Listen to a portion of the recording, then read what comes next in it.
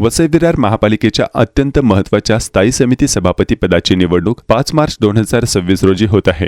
बहुजन विकास आघाडीचे बहुमत असले तरी हितेंद्र ठाकूर कोणाच्या नावावर शिक्कामोर्तब करतात याकडे सर्वांचे लक्ष लागून असून भाजप उमेदवार उभा करणार का याचीही उत्सुकता आहे।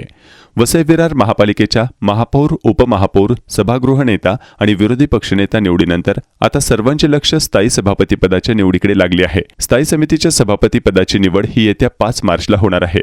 त्यामुळे सभापतीपदी कोणाची वर्णी लागते याकडे सर्वांचे लक्ष लागले आहे।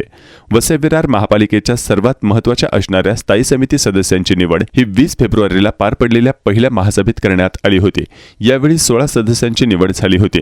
यात बहुजन विकास आघाडीचे प्रवीण शेट्टी, नरेंद्र पाटील, लॉरेल डायस, पंकज पाटील, रंजना थालेकर, प्रफुल्ल पाटील, चंद्रशेखर धुरी, सुनील आचोळकर, स्वप्नील कवळी व आलमगीर डायर या नगरसेवकांचा समावेश आहे।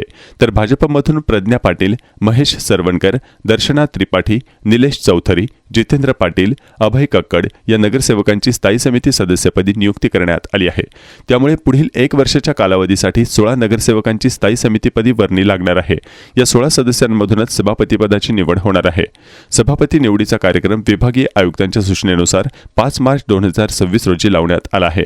वसई विरार महापालिकेच्या स्थायी समितीचा नवा सभापती निवडण्यासाठी पीठासन अधिकारी म्हणून विभागीय आयुक्त डॉक्टर विजय सूर्यवंशी यांनी पालघर जिल्हाधिकारी डॉक्टर इंदुराणी चाकड यांची नियुक्ती केली आहे। महापौर निवडीप्रमाणे यावेळी सुद्धा भाजप सभापती पदासाठी उमेदवार देणार की ही निवडणूक बिनविरोध होणार हे बघणे आता औत्सुक्याचे ठरणार आहे। यापूर्वी स्थायी समितीचे सभापती वसई विरार महानगरपालिकेत गेल्या 10 वर्षाच्या काळात 8 नगरसेवकांना स्थायी समिती सभापती पदाची संधी मिळाली आहे। हे सर्व सभापती बहुजन विकास आघाडीचेच होते।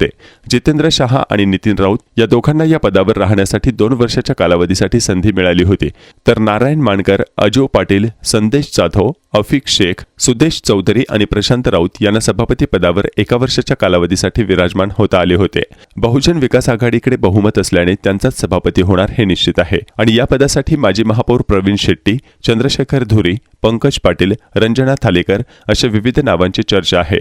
असे असले तरी ऐनवेळी माजी आमदार हितेंद्र ठाकूर यांच्याकडून वेळेवर धक्कातंत्राचा वापर होऊ शकतो अशी शक्यता राजकीय वर्तुळातून वर्तवली जात आहे।